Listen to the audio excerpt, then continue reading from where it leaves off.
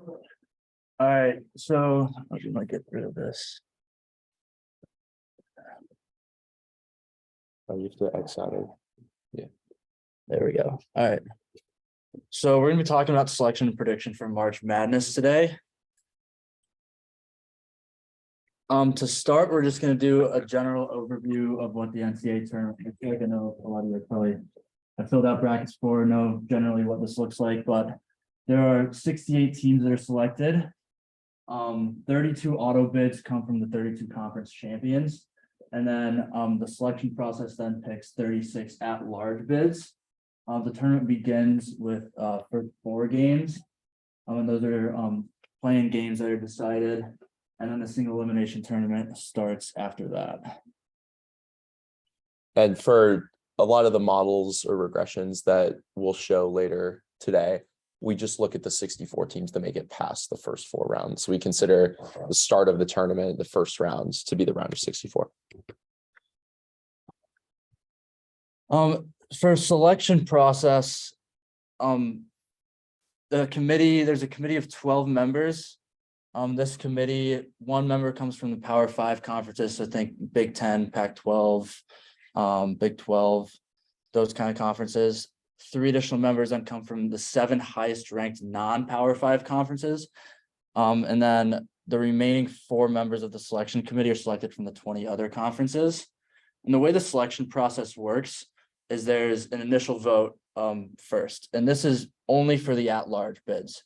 So the 12 members get a ballot, 1 column. They're going to put their 36 teams that they want to select as at-large bids. And then in another column, they can pick up to as many as they want for teams that they want to place under consideration. And after each member fills out this ballot, any team that they have in the at-large column that receives all but 3 of the eligible votes. So by eligible votes, members on the committee can't vote for teams in their own conference or teams that they're a part of. So any team that receives all but 3 of these eligible votes in the at-large column are moved into the at-large board, and they're going to be part of the tournament. And then members can vote for as many teams as they want to place under consideration. And those teams that get 4 more under consideration votes in this initial vote are placed on the under consideration board. Yeah. So quick question. Did they make it public who voted for which team with the ballot system? That will greatly change the results. I don't think there's any I public don't think there's information. I think it's all under a black box. Yeah. The other thing, and we might talk more about this in a minute, is that this process, actually, I'll let you talk about it. All right. How long the process takes, because It takes a really long time. It builds off itself a lot, and I'll get into that on the next slide. So the second step of this is the under consideration vote.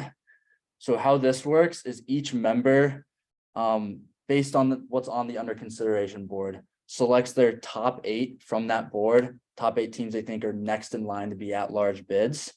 And once each member makes their top 8 selection, 12 different members make top 8 selections. Those teams are all congregated and then voted on again, ranked again. And then the top 4 teams with like whoever got like the lowest seed. So if like one team is like outright across the board ones, then their score would be 12. Whoever like the lowest 12 numbers are, those 4 teams then get moved to the AL board, and they're selected into the tournament. And then basically step 2 repeats itself, and they kind of go 4 by 4, recreating these top 8 lists until all 36 at-large teams are selected. So it's really interesting to think about, because there's 32 all conference or conference championship teams that get selected. And a lot of those are selected or determined on championship Sunday, like Big 10 tournament, AC tournament, those are all on championship Sunday. So the turnaround for this is pretty quick, but they're doing it in such a monotonous way where they're just going 4 by 4 until the board is essentially filled out. And these top 8 lists for each member can take 30 minutes or so for the members to decide on. And then the second votes also take like another 30 minutes. This process, we thought at least, seemed to sort of like just build off each other in sort of a slow type of way for such a short amount of period that the members have to vote on these teams. And there's no discussion between them. No, it's all like on online ballots. So they go through like all the teams are in like alphabetical order, and like they select them on online ballots, submit them, and then get their like new ballots with like all of the members' top 8 teams, which then they rank again, and then based on that, those 4 teams get put in to the AL on the AL board. Yeah. You know, like how many teams make it through usually on that first step? So I think it's around like 20. Well, I think it's around like 16 or so. So when I was looking at the rules, they had different so like the top 8s can like get truncated down based on how many spots are left available. And they had like different steps based on like how like based on certain scenarios where certain teams are actually put in the AL board or not. And they had rules for like with 20 teams remaining, like 16 teams remaining, 12 teams remaining. So my thought was if like the first rules has 20 teams remaining, then 16 would have gotten picked in the AL in that first initial ballot. But I think it can change just depending on how close teams are and just the initial vote and preferences of the members. And from what we saw, it seemed like they were doing this over the weekend or throughout the week of Selection Sunday. So it's very different from the college football process where there are very few spots and it seems very important to win your conference. Whereas in college basketball, it's almost like some of these games on Sunday, like the Big Ten championship, which is 3 hours before the brackets come out. That seems like it's not even part of the consideration. Yeah. Have you guys thought of like a different way to ranking was like more efficient? Like I would think more efficient way just be take the average of like where each of the team falls with all like the different number of rankings and then just decide on that way. Like it seems like you said, like we're going to go through the process so many different times. Yeah, so we're going to look later at some of the metrics and how well they predict who's going to get a higher seed in the tournament. We didn't look into different ways that the committee could pick. We looked more into what metrics were best predicting how well you're going to do in the tournament and how well you're going to be seeded by the committee in the tournament. So obviously there are probably many ways to speed up the process, but the way that they do it is very deliberate, and it seems that most of the time they're picking the best teams to move forward because they're essentially comparing each team to each other individual team at some point throughout the process. Yep. And I just guess a couple things to note here. As I said before, members may not vote on teams that belong in their conference. Moving from the UC to the AL board, it's all going to require 3 eligible votes. I guess that's for the initial vote. And then seeding wise, so once all teams are chosen, again, seeding occurs in this really monotonous way where they kind of go 4 by 4 and just keep giving their top 8 for seeding too once all the teams are chosen to determine the eventual seeds for the tournament. So moving on to some of the metrics that may be important with selecting the 36 at-large bids. So we wanted to sort of give a discussion about this with you guys. What are just some metrics that you might think may be important that these members of the selection committee are considering for picking at-large bids? I'll go one loss record and the strength of schedule. Yep, that's definitely considered. Mac. Do these people have any like incentive for like streaming rights? Because then you could say like how entertaining the team is to watch. Yeah, we actually talked about that a bit. Just these people in the selection, they definitely have an eye test. Like they're going and watching teams throughout the entire year, and one game could stick out in their head that's particularly entertaining or specific players that, I mean, at the end of the day, they're the ones making these votes, these ballots. So some teams may pass the eye test better than others, and when they're comparing two very similar teams, that could definitely be a factor. Yeah. Yep. Does like having a star player matter? Yeah, I guess that would go under sort of like the eye test type of thing. Yeah, all of the regressions that we ran, we were never able to account for more than around 44% of the variability in whether you got a top 4 seed. We didn't look at whether you got in the tournament or not, which would be something interesting to look into later on. But in terms of getting a higher seed, there are lots of missing factors, and we assume that that's largely the eye test, and these people are incentivized to bring in revenue for the tournament. So yeah, like Max said, having a star player definitely helps. Yeah. Good. So some of the things that, obviously we came up with: record, quality of matchups. So something that they are sort of taking into account now that we'll get into later, like location has been a big factor. Winning margin, offensive, defensive efficiency. So these are what's used to seed these. And then a lot of these selection committee members use evaluation tools like RPI, net, results-based and predictive metrics that they use to eventually make their selection picks. So the RPI ranking is something that we wanted to talk about because this has for a long time been used by the selection committee as an important evaluation tool when picking teams for at-large bids. Recently, it got replaced by the NCAA evaluation tool, the net, for various reasons.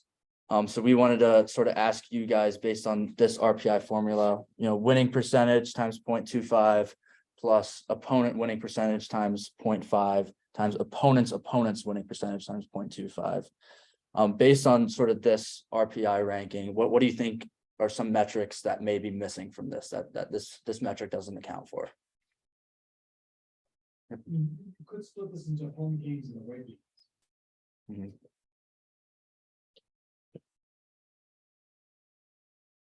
That's definitely something that a lot of the later metrics look at. Now wins are separated, or records are separated into 4 quadrants, and playing on the road against a top 70 team is equivalent to playing at home against, I think it's a top 30 team, 25 or 30. So you're rewarded more for playing against tougher opponents on the road, or a game is considered more difficult if it's on the road. Yeah, sure.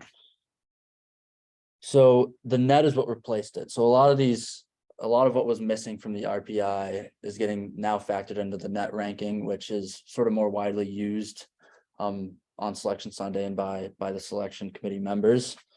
So some of the important metrics that they consider in this ranking: game results, strength of schedule, location, scoring margin, and net offensive and defensive efficiency. And then, like Alex was talking about, wins are basically split up into quadrant 1, quadrant 2, quadrant 3, and quadrant 4. So what this is essentially saying is, like, an away win against a quadrant 1 team would be equivalent, like say it's a quadrant, say the team is net ranking of like 60 or 30, I guess, and you play them away and beat them, or yeah, I guess 60 would be a better one. That's equivalent to a quadrant 2 win at home against the same team. So it's sort of rewarding teams for going into, hostile environments against really good teams. So quadrant 1 wins are really important to this ranking. And then also quadrant 3 and 4 losses are important to this ranking, because, not taking care of business against teams that, you should beat is, based on this ranking, an important factor into how you should be evaluated. It's risky for the tournament organizers too. If you have a team that can play really well or put up a complete stinker, it'll lower ratings if you it could potentially lower ratings if you put that kind of team in the tournament versus a team that's consistently good, but maybe not as good as that team when they're on. Yeah. So some other metrics that the selection committee considers: results-based metrics, which is basically evaluating a team's resume. And these include, strength of record and KPI. And then other predictive metrics such as BPI, the Pomeroy rankings and Jeff Sagarin rankings. These are predictive metrics that evaluate the quality of the team. And the one that we're going to be focusing on a little bit more today are the Pomeroy rankings.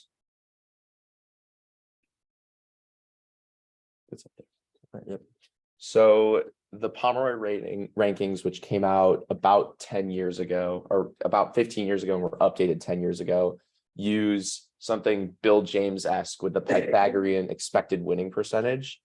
So the key stats that KenPom uses are adjusted offensive efficiency and adjusted defensive efficiency, which measure essentially the expected number of points that you will score per 100 possessions against an average college basketball team.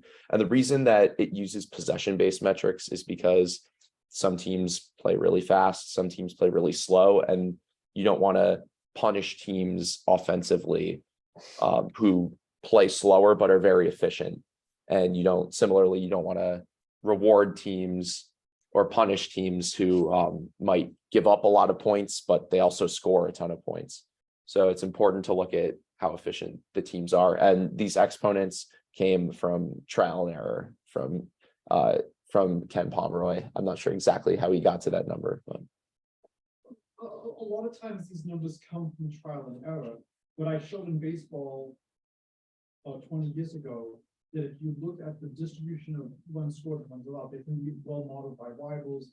So it'd be interesting to see if you could actually get this exponent by looking at the data of their adjusted efficiencies. What typically are the values of the adjusted offensive efficiency and adjusted defensive efficiency? And the reason why I'm asking this is that with such a high exponent of those two values are really close together, this entire expression is going to be very close to 0 or very close to 1.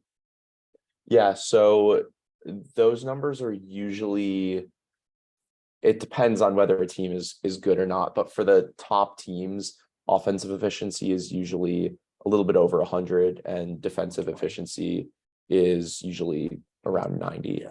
So yeah, so a lower defensive efficiency is better, higher offensive efficiency is better. So these numbers, I believe for 2022, which is the data set that we looked at, the top expected winning percentage came out around 95%, 96%, and the worst one came out around 47%. So you do get a pretty nice distribution. So other variables that are part of KenPom, it takes into account luck, which is essentially the number of close games that you play. So I don't know how closely you all follow the NFL, but the Minnesota Vikings this year were 11-0 or something ridiculous in one-score games leading up into the playoffs. And a lot of people thought that they were overrated and they lost in the first round, somewhat unsurprisingly to a lot of us. So luck is definitely a factor, and teams are rewarded for their margin of victory. And then it also takes into account strength of schedule and non-conference strength of schedule, which are some of the factors that RPI incorporated. So sort of a little activity we wanted to do with the class is we put up 4 teams, 2 of which currently, according to the current rankings or the current certain selection people, are in and out. So we put together, RPI rankings, net rankings, POM rankings, and then various records. And we wanted to have you guys maybe discuss a bit together in pairs or groups of 3, who you think out of these 2 teams is in and or these 4 teams is in and who is out, according to what's currently out there. Is there a limit, like how many we want in, like 2 and 2? It's 2 2 and 2. Yeah. 2 are in the last 4 in, 2 are in the first 4 out. And so which OSU is this? Oklahoma State. Yep. Yeah. And then Rutgers. Ohio State's still kicking around, but they would have to win out. Yeah. But I was pretty sure it was Oklahoma, not Notre Dame. Oh, right. What do you guys think? Well, just sort of like, I don't know about the other 3, but I feel like the easiest one to maybe get rid of is the one on the far right, because they do really bad against teams that are really good. 1-8, like that. 2-1 record, especially yeah. in March Madness, you're gonna be playing against other really, really good teams. Like, that might be an easy kind of first round exit look at them. Definitely. Yeah, Mac. Station Nevada then. Like highest RPI by a lot. Best winning, not best winning percentage records that are against Q1 teams, but a good record against Q1, 21-9 overall record. And they're like at least in the mix for the best, and like they're the best in that ranking in the mix in PLN.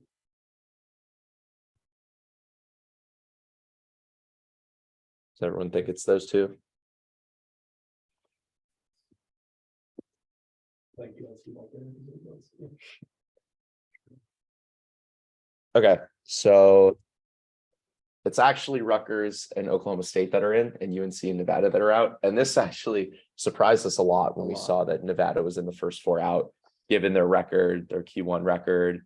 They haven't dropped a Q4 game. But this just I think shows that it's- RPI is kind of irrelevant now. I think in it's, yeah, it's determining. just important to note that, 2018, when they got rid of it in terms of the selection committee on like an important evaluation tool for picking teams. I mean, you can really see based on this that these guys on ESPN are really not considering RPI at all when they're looking at it.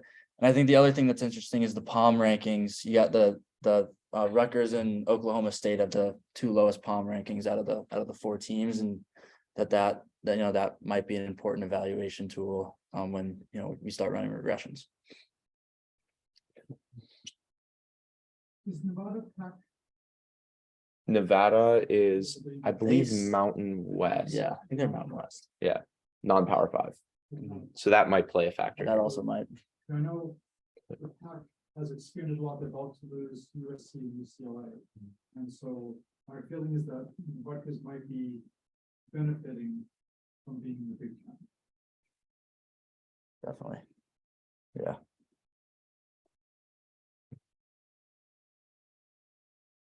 So the next thing we kind of wanted to talk about are, the conference tournament bracket layouts. And there's some interesting things to note about this.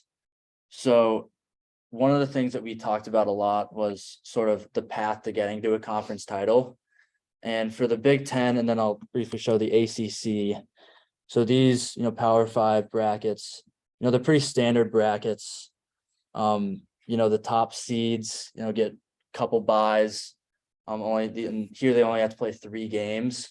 And we eventually ran a regression on sort of their seeding and whether or not they're champions or not in their conference. And then we also wanted to include the WCC tournament bracket because this one's a little bit different compared to the other ones. So the way this tournament was laid out, the 1 and 2 seeds here, have a huge advantage. And this bracket really rewards like regular season play a lot. It's a complete battle. If you're the 7 seed, you got to win 1, 2, 3, 4, 5 games to be the champions compared to, Gonzaga and St. Mary's that only had to win 2. This is interesting, like just the evolution of, conference championships and whether, something like this might be implemented more in other leagues. I know for us on the hockey team, it would have been a lot harder for us to make it to the NCAA championships as the 8 seed in this bracket compared to the NCAA championship where we only had to win, 3 games, 2 games to make it to the championship. So that's something important that we wanted to note. Yeah, so like Jacob said, we ran a regression. This is using the 14 conference tournament winners that have already been decided. So obviously the sample size is very small, and that's a huge problem with this regression. But it seems as though, so this variable, the X variable win diff, is measuring the number of wins needed to win if you're the worst seed in the conference versus if you're the best seed. And we use that to measure, to try to predict who the winning seed is going to be. And we got nothing significant, which initially might suggest that having to play fewer games doesn't help you in a statistically significant way. But again, the data set is so small, and there are so many other factors, such as the better teams are the ones who get the buys. So again, this is just an interesting thing that we wanted to take a quick look into, because there's a lot of debate as to whether the NCAA should adopt a different tournament structure, and most people are against that because of the exciting qualities that 1v16 and 2v15 games can have, and that sort of nature. Yeah, just, yeah, yeah. So if you have twice, if your win diff is twice as large, do you expect it to be twice as hard, or do you expect it to be a non-linear relationship? We would expect a non-linear relationship, I think, and we modeled this linearly. Linear relationship. Yeah, so I think we could look at it a number of So different ways. almost like logarithmic transfer might make it work out a little bit better. Because that might be the point of it really, it might be non-linear. Yeah, that's definitely something that we want to keep looking into, and we also need to get a lot more data on this for years looking back. And data on this was really hard to find, a lot harder than some of the other things we looked at. All right, the next thing we kind of wanted to discuss a bit was about how bracket pools are scored. So the standard scoring system for you know, a lot of the bracket challenges that you've all probably been in occur in this format, where, you know, the round of 64, each correct pick you get 1 point, round of 32, 2 points, and it sort of goes down in that fashion where, you know, in the final round, if you pick the champion, you get 32 points. So we kind of wanted to put it to you, you know, what are some of the drawbacks with this standard scoring system that you guys can maybe think of? Yep. You can not have that many correct picks, but then you pick the winner, you're getting 32 points just for that. Exactly. Yeah. Yeah. I wouldn't entirely know how you measure it, but there's probably something to be said about being able to pick upsets. Like if a team is 9-1 favored and you can predict that they're gonna lose, like you should get more rewarded than just the same way the 1 seed's gonna beat the 16 seed. Definitely. Yep. Although it's extremely rare, it would be cool to get some sort of bonus for having a perfect round. Like, for example, if you get every Yeah. single round of 64 game right, that's the same value as getting the championship winner right. Sure. But it's obviously a lot harder to do. You could even say like a certain region too, like those are always fun to get completely right as well. I guess it all comes down to is, what is your goal? What are you trying to determine? Yeah, exactly. I think, yeah, that's something that when you're making a bracket pool is important to discuss with the people in it. Yeah. And we provided, you know, a couple other popular scoring systems. So we have the standard one up there, and then right below it, most correct. I mean, that's just a point for every single correct pick. Doesn't matter, you know, what the matchup was, doesn't matter if it was a championship, Final Four, first round, whatever. That's just strictly picking correct ones. Another popular one is just, you know, increasing it by 1 for every points, or for every correct pick, and 1, 2, 3, 4, 5, 6 per round. And then we found like a Fibonacci scoring system was also, you know, particularly popular. So, you know, some of the things that are obviously better, you know, you're getting more rewarded for getting correct picks in the most correct games won. But, you know, there's still drawbacks. Obviously, picking the championship game is something that a lot of people like to do. So again, it comes down to, you know, what do you want to accomplish with your bracket pool? So it would be interesting to see, I mean, we did this with the baseball card, football card, basketball card challenge, when we're trying to put the cards in order by value. Mhm. How much will the ordering of who was best, who was second best change under these different? Yeah. And the other thing is, as a as a participant, how much would it change how you construct your bracket based on scoring? Would you actually do anything differently, or would you just be rewarded differently? I mean, I Would you think, be more willing to go for an upset now if there's not such a penalty for now having that team no longer available? exactly, yeah, because, you know, a lot of the times when you're picking those first rounders, you're not going to be picking the upsets in, you know, the region of the bracket where you want to pick the champion. So yeah, that's definitely something to consider and goes into other scoring systems. I think that, I don't know if we. Yeah, there was one other thing. So you mentioned being rewarded more for upsets. This isn't up there, but I have seen a scoring system where if you pick a 9 seed over an 8 seed, you get 9 points versus 8 points and that sort of thing. So if you pick a 16 seed and they win, you get 16 points. You pick a 1 seed and they win, you get 1 point. Now, obviously the strategy is completely different for that because statistically based on 11 versus 6 seed first round matchups, you should pick all the 11 seeds and you should pick all the 9 seeds and there's all sorts of different strategies for that. There was another scoring system that we looked at a bit that had your seed, like you had a certain amount of points, and then whatever your seed was and your round and like the round were like put in the exponent. So that sort of favored dark horse teams. So if like, yeah, you're gonna get points for, you know, first round upsets, but if you can find a dark horse, say like, you know, when VCU made it to the Final Four, their seed would get like their seed, and then based on how far they got, that would make your points just a whole lot more. So like that's another scoring system that we found that we thought was pretty interesting as well. Move on. Yeah. All right. Okay, so we talked a little bit earlier about how teams are selected and the criteria that the committee uses. So we just wanted to see what factors they're looking at for the most part in recent tournaments. And again, the number of observations on this is low because we just looked at the most recent tournament just to get a snapshot of what they're looking at. And you can see in the column with the red box, and the lower the value, the more significant. So net and efficiency margin, which is one of the main criteria of 10 POM, are statistically significant, whereas RPI isn't nearly as significant. So it just shows that the committee is moving away from RPI and towards net and Chem POM rankings. So results in this are a little hard to see, but we then wanted to take a quick look at what the best predictors of tournament success are. And this is sort of building at what a potential model could look like for predicting probabilities of who's going to win different matchups and what a perfect bracket might look like. And that's what we're going to talk about for the rest of today. So we regressed the number of tournament wins a team had in 2022 on their RPI, their expected win percent, and their net ranking. And we found that all of them were statistically significant on their own. So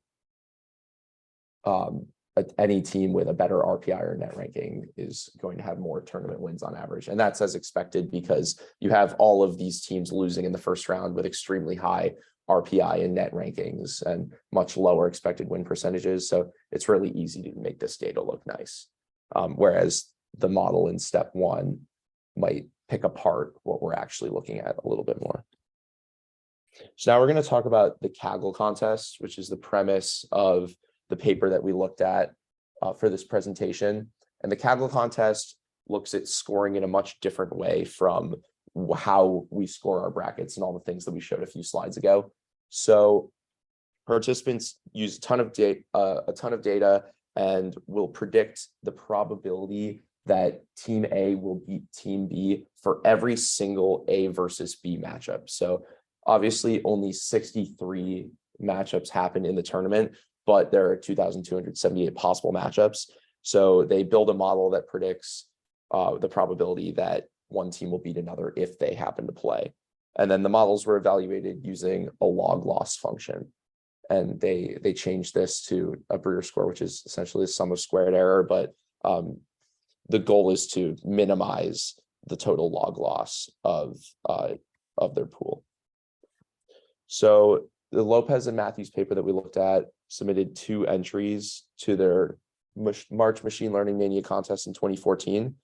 And they ended up finishing 1st and 4th place, but their findings found that there was only about a 15% chance that they would finish 1st place, or 15 and 12 respectively with their 2 entries if their probabilities were perfectly true.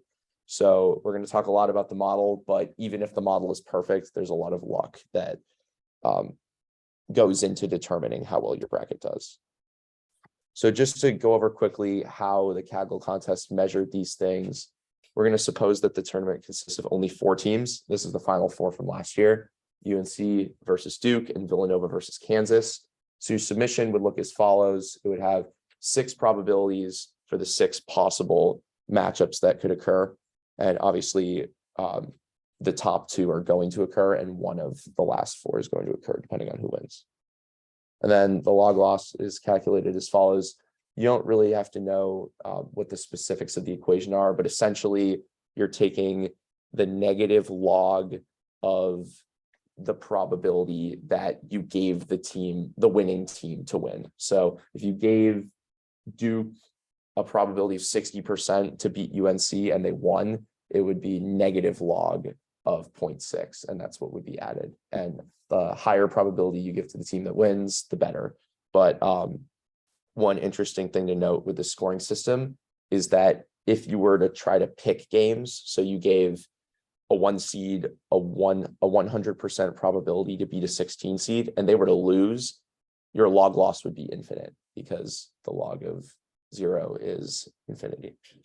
So you can't just go on and pick games. You have to find these sweet spot probabilities. So we're going to look at 2 different entries just to show how you might be able to do better than random chance.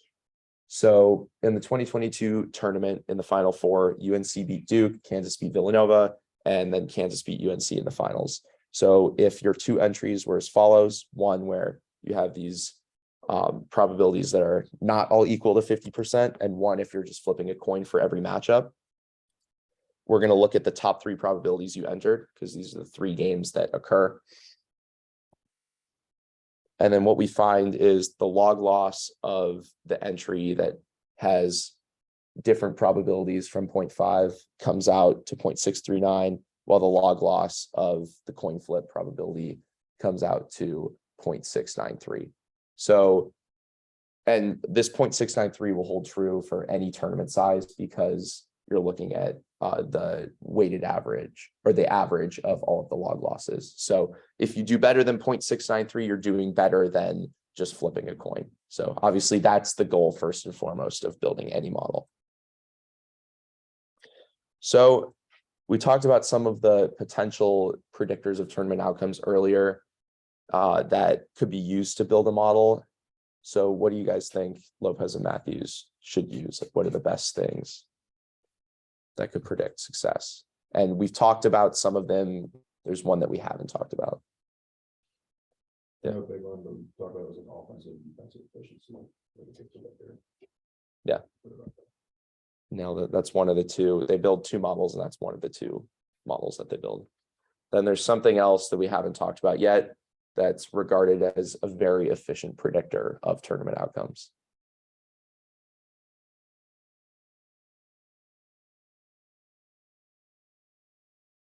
Would it be like, I guess, points per game of your best scorer or something? Just because you, like, in certain games, it gets really close, you just kind of need that one guy who can take over. So like you might be rewarded for having like a really clutch player, or one really top level player, instead of like a well-balanced team in certain close moments. That could definitely be interesting, but I think that might be able to be encompassed in efficiency, because if you have one guy that's super efficient, gets the job done, your overall team efficiency will be higher. Makes sense. But yeah, clutch time metrics would definitely be interesting. But the other thing that they incorporated were point spreads. So a lot of research over the years has found point spreads to be essentially the status quo for efficiency in predicting tournament outcomes. And so they put that to the test and looked at all these sorts of different possible metrics and found that point spreads were one of the 2 best predictors, along with possession efficiency metrics. Yeah, Mac. When they look at point spreads, do they cap it at a certain amount? Like, if you're beating a team by like 50, does that actually count for a lot more than if you beat a team by 25? So point spread is just who's favored by how many, Oh, not winning margin. because the winning margin would be captured in efficiency to some extent. Because if you have a set number of possessions and you do this many points better than someone else, you'll be that much more efficient on offense than defense. Yeah, they basically just use like Vegas point spreads from like covers.com. And I'll get into how they did that. But one of the issues we wanted to highlight with possession-based metrics is that having more possessions is somewhat a reflection of how well you do, right? Because if you get lots of rebounds, you'll have more possessions. So that might be one small thing that could be ignored with those metrics. So first, we'll talk about the point spread model. So this just found the probability using a linear regression on spread, the probability that one team will beat another, and then plugged it into an exponential equation to get the predicted probability. And the main issue with using point spread to build a full tournament model is that when you're picking the model, you only have the first round games available, right? Like you don't know who's playing who in the second round, so you don't know what the point spread of that game will be. So they had to estimate that, and they didn't share the details of that regression in the paper because they got it from someone else. So we wouldn't be able to replicate that. But this model did really well, along with the efficiency model. And the efficiency model, which uses a lot of the things that we talked about today, offensive and defensive efficiency and adjusted efficiency, they used 15 different variables and tried combining them in all sorts of different ways to minimize the log loss of their bracket with a historical data set. What they found is that offensive, defensive adjusted efficiency, along with an indicator variable to determine whether the game was played on a neutral site or in one of the team's home courts. These were the best variables at determining what the log loss is going to be. So then they took these two models and combined them using a weighted average. And based on test data that they ran on previous tournaments, they found that the optimal weighted average was to use around 70% of the efficiency model and around 30% of the point spread model. But they knew that there could be a lot of variability in this because they're looking at a small sample size. So they came up with two models, one of which was 75% point spread, one of which was 75% efficiency. And they found that S2, which is the 75% efficiency model, won the competition, and S1, which is the point spread based model, finished fourth in the competition. So the last thing they did in the paper was look into how much skill or luck played a role in their success. And like we mentioned earlier, they would have only won around 15% of the time if they had gotten the true probabilities perfectly correct. So even if you're building essentially the perfect bracket and the perfect model for what's going to happen in March Madness, it's still really hard to get it exactly right. So we don't have all the answers, but hopefully this gives you guys some insight into what sort of things you should take a look at when you're building your bracket. And the last thing to mention is we created a bracket challenge just based off the standard scoring system that we'll email out to the class shortly after if you guys want to submit brackets to that one. But if you guys think that another scoring system would be more interesting, like the upset one we were talking about, we'd be happy to just set something up by hand or potentially using another site that lets us build different brackets based on different scoring systems. Cool. That's it.